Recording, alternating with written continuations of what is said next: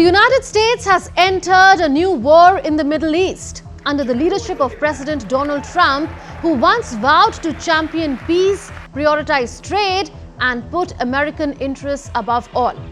After signaling hesitation for a week, President Trump took a historic risk and gave the green light for the deployment of B-2 bombers to target uranium facilities in Iran. In a fiery response, Tehran has now threatened to walk away from the Nuclear Non-Proliferation Treaty, sending shockwaves through the international community and igniting fears of unchecked nuclear escalation. The world now stands at the edge of a new and dangerous chapter. Hello and welcome. This is Munmun Bhattacharya. Let's connect the dots. In a high-intensity military operation lasting just 25 minutes, the United States launched surprise precision strikes on Iran's nuclear infrastructure, targeting three key facilities: Fordow, Natanz, and Isfahan. Under the codename Midnight Hammer, this was the largest American air campaign in West Asia since the 2003 Iraq War. A short time ago, the U.S. military carried out massive precision strikes on the three key nuclear facilities in the Iranian regime: Fordow, Natanz, and Isfahan. Everybody heard those names for years as they built this horribly destructive enterprise. Our objective was the destruction of Iran's nuclear enrichment capacity and a stop to the nuclear threat posed by the world's #1 state sponsor of terror.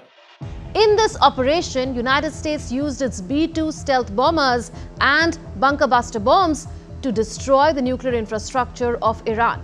The top U.S. general said that strikes included 14 bunker buster bombs, more than 24 Tomahawk missiles, and over 125 military aircraft. 2:10 a.m. Iran time, the lead B-2 dropped two GBU-57 massive ordnance penetrator weapons on the first of several aim points at Fordow. As the president stated last night, the remaining bombers then hit their targets as well, with a total of 14 MOPs dropped against two nuclear target areas. All three Iranian nuclear infrastructure targets were struck between 6:40 p.m. and 7:05 p.m. Eastern Time. Again, that's about 2:10 in the morning local time in Iran, with the Tomahawk missiles being the last to strike at Isfahan to ensure we retain the element of surprise throughout the operation. B-2 stealth bomber is a first-of-its-kind arsenal in the U.S. Air Force and has been the backbone of the American stealth technology for 3 decades. So what is a B-2 bomber?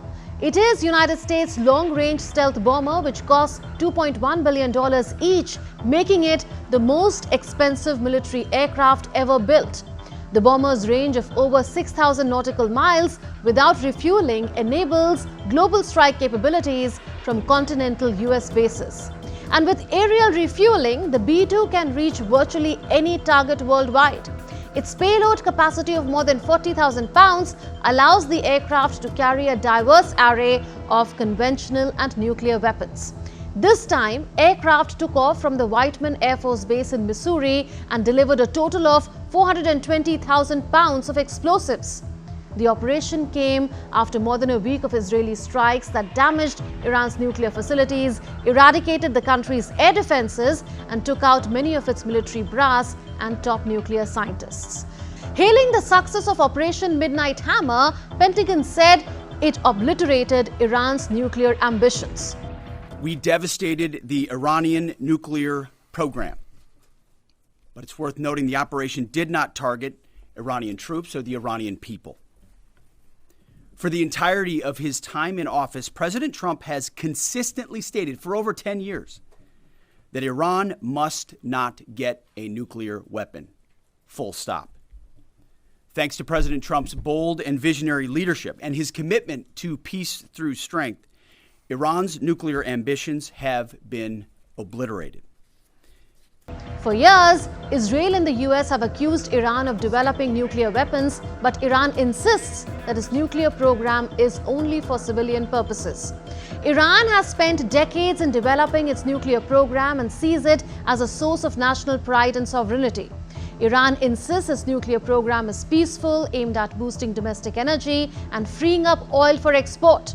Nuclear plants require a fuel called uranium, and according to the UN nuclear watchdog, no other country has the kind of uranium that Iran possesses.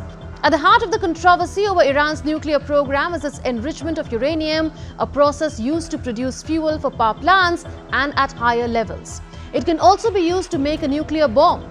In the early 2000s, international inspectors announced that they had found traces of highly enriched uranium at an Iranian plant in Natanz. Iran temporarily halted enrichment but resumed it in 2006.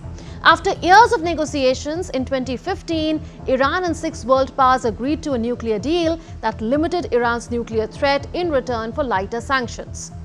The deal required Iran to keep its uranium enrichment levels less than 3.67%, down from nearly 20%. It dramatically reduced its uranium stockpile and phased out its centrifuges. In 2018, Trump pulled out of the Iran nuclear deal and initiated new sanctions on the regime to cripple its economy. Tehran in turn said it would stop complying with parts of the agreement and started expanding uranium enrichment and stockpiles. Last week, United States dropped the biggest conventional bombs and tried to eliminate Fordow uranium enrichment plant sites. US attack on this site was to prevent Iran from acquiring nuclear weapons. UN watchdog IAEA found the site had enriched uranium to 83%, close to 90%, which is needed for nuclear weapons. On Monday, head of the United Nations nuclear watchdog urged Iran to let international inspectors back into its nuclear sites, as they have not inspected the sites since Israeli strikes. At this time, no one, including the IAEA, is in a position to have fully assessed the underground damage at Fordow. Given the explosive payload utilized and the extreme vibration-sensitive nature of centrifuges, very significant damage is expected to have occurred. Iran has informed the IAEA that there was no increase in off-site radiation levels at all 3 sites. The situation at the other sites remain as I have described in my past updates, and the IAEA is not aware of any further attacks on Iran's nuclear sites since those on Sunday morning. We continue to monitor the situation and encourage the Iranian regulator to maintain its contact with the IAEA's Incident and Emergency Center. During an emergency meeting of the International Atomic Energy Agency board in Vienna, Grossi emphasized the importance of verifying Iran's increasing stockpile of highly enriched uranium. Let me again recall past General Conference resolutions that state that armed attacks on nuclear facilities should never take place and could result in radioactive releases with grave consequences within and beyond the boundaries of the state which has been attacked. I therefore again call on maximum restraint. Military escalation not only threatens lives, it also delays us from taking the diplomatic path. The Fordow facility is built deep inside a mountain near the city of Qom and is believed to have one of Iran's most secure nuclear installations. Iran's foreign ministry said that targeting Iran's nuclear facilities is entirely illegal and a criminal act.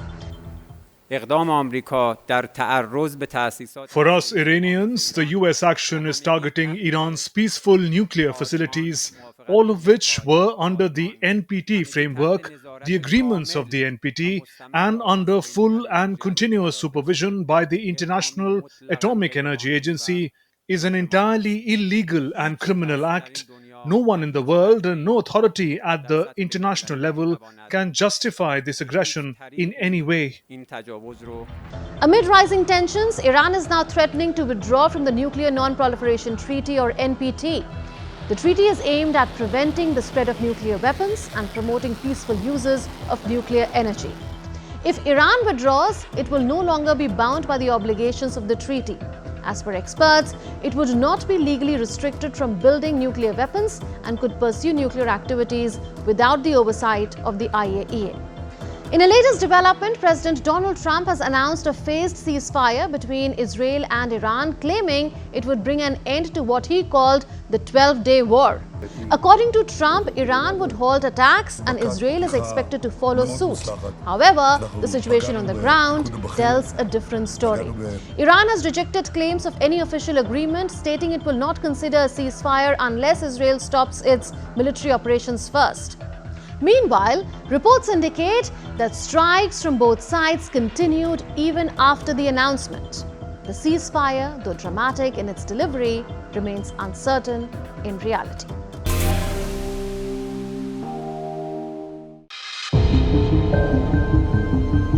From Greenland to Ukraine to China, there is one thing that's been stealing the limelight in geoeconomics these days: rare earths. US President Donald Trump is not alone in eyeing them. French President Emmanuel Macron was in Greenland recently.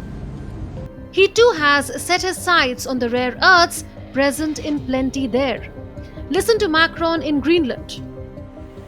The European Union is ready to accelerate and deliver concrete results in energy and low-carbon energy, in infrastructure, education, sustainable fishing activities, and critical mineral and rare earths. And clearly we do believe that we now have to accelerate the implementation of the strategic partnership signed 2 years ago in order to have concrete investment and to be part of the economic development of Greenland. Every country needs rare earths. The latest tug of war over them played out as part of the United States-China trade war. That war shook up the US landscape in the rare earths domain. Because China had restricted exports of certain rare earth elements and magnets to the US in response to Trump's tariff increases on Chinese products. Talks in Geneva and London only yielded partial breakthroughs. China agreed to resume some exports, though not all. What China left out in the trade truce with the US were certain military-use rare earth metals. But have you ever wondered why China has such a monopoly over everything that has to do with rare earths? Meaning their mining, processing, and manufacturing of permanent magnets and other components made from them. In other words, the complete rare earth supply chain. In fact, there is a famous incident that dates back to 1992. During a visit to one of China's main rare earth production hubs in its Inner Mongolia region, Deng Xiaoping, China's paramount leader from 1978 to 1989, said this: "While the Middle East has oil, China has rare earths." China's dominance in rare earths hasn't come out of thin air. So how has it come about? Not just having them in the ground matters, what also matters is what you can do with them. And China enjoys a huge advantage in both these aspects. First, let's see why are rare earths such a big deal. Rare earths are a group of 17 elements. They have overlapping but ultimately unique properties. They are used to make magnets that turn power into motion for electric vehicles, cell phones, missile systems, and other electronics. And there are no known substitutes. So without them, there would be no smartphones, no wind turbines, no F-35 fighter jets, and no electric vehicles. See this. The F-35 fighter jet contains over 900 pounds of rare earth elements, while a Virginia-class submarine uses around 9,200 pounds. So rare earths are used in just about every technological application you can think of. That makes them so very important. And are rare earths really rare? No, they aren't. Rare earth elements are not actually rare. They've held on to that name since the late 1700s. They're used in all manner of electronics technologies and high-performance alloys.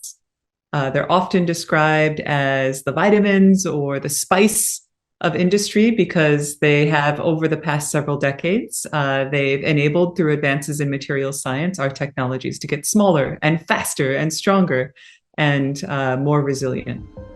The rare and rare earth elements refers not to the quantity available but to their wide dispersion. It is hard to find an economically meaningful quantity in a single location.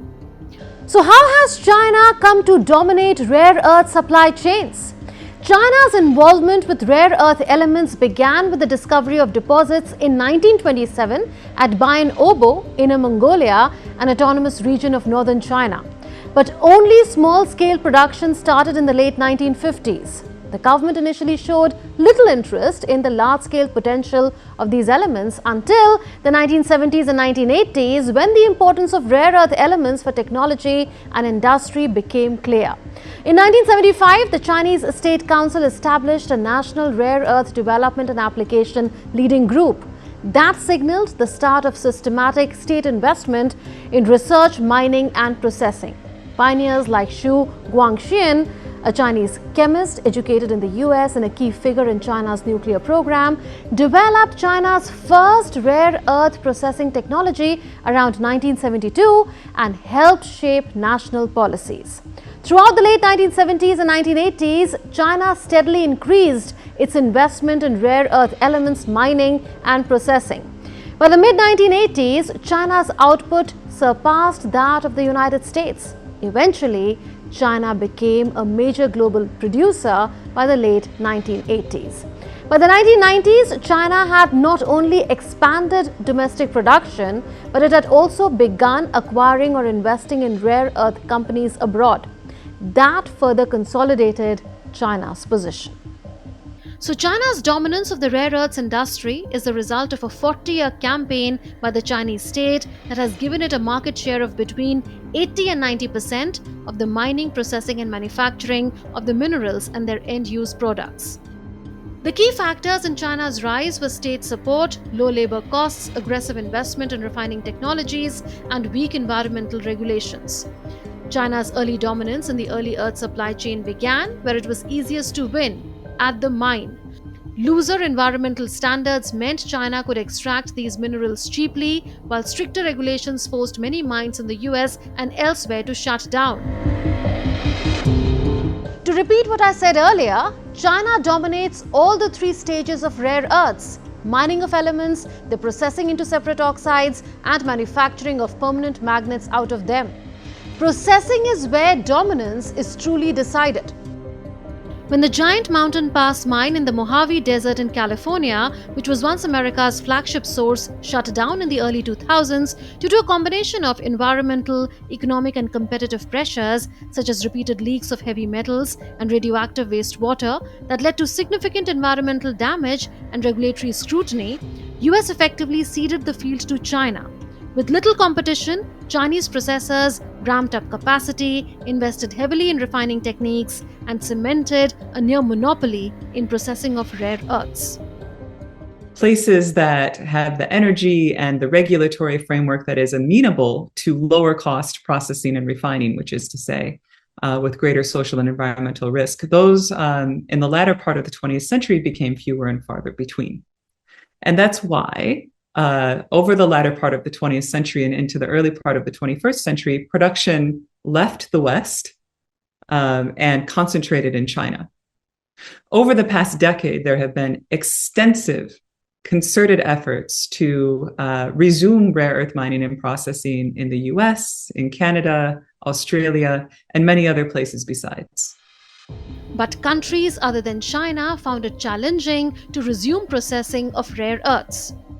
It has proven challenging, right? Not least because rare earth mining and processing, or rare earth processing, is energy intensive, environmentally intensive, and when you're trying to resume an industrial process in a place that hasn't had it for 20 or 30 years, there's a lot of catch-up that needs to happen, right? A lot of the expertise for refining and processing is currently in China, and that makes sense because most of the value-added processing has been happening in China for the past few decades. Now, this is where China stands today. It is the world's biggest producer of rare earth elements. It produces 60% of the world's supply of rare earths because geologically, China is well endowed. As per the US Geological Survey, China holds about 40% of the world's discovered rare earth reserves, an estimated 44 million tons. India sits in the third place with about 6.9 million tons behind Brazil. But it does not end there. China processes almost 90% of the world's supply of rare earths. This means it is importing these materials from other countries and refining them. Almost every rare earth magnet maker on the planet is in some way linked to China, whether through direct ownership, subsidiaries, or heavy reliance on Chinese raw materials and specialized equipment. So China dominates the rare earths market and other countries are at a disadvantage. But several countries and regions are now actively competing to break China's monopoly in rare earth elements. Currently, there are virtually no commercial facilities outside China that can process heavy rare earth elements at scale. Alarmed by this, the US Department of Defense aims to build a complete mine-to-magnet rare earth element supply chain on home soil by 2027. That's a tall order. A monumental goal given how far behind the US has fallen. Since 2020, the US has committed over $439 million to rebuild domestic capacity. This includes funding American firm MP Materials to reopen and expand operations at Mountain Pass in California and to build America's first fully integrated magnet factory in Fort Worth in Texas. Other countries emerging on the scene to gradually build alternative supply chains are Australia, Vietnam, Malaysia, Brazil, Myanmar, South Africa, Namibia, Uganda, Malawi, and Japan. As far as India is concerned, it is taking many strategic steps to build its supply chain and reduce dependence on imports, especially from China. This includes prioritizing domestic supply and entering into technology partnerships with a number of countries like the US, Japan, Australia, and European countries. So is Chinese monopoly eternal? Not quite. Researchers from the Chinese Academy of Sciences predict that China's share of global rare earth reserves could drop from 62% today to just 23% by 2040. That's when they say China will entirely lose its dominant position. But for now, the sobering reality is this. The world is rushing to diversify and reduce dependency on China's rare earths. But given China's chokehold across the rare earths ecosystem, technology, investment, and patience alone can do the trick. That's it in this edition of Connecting the Dots. We'll see you in the next episode with more raging issues. Until then, it's a goodbye from all of us in the Delhi newsroom. This is Munmun Bhattacharya signing off. Take care and stay safe.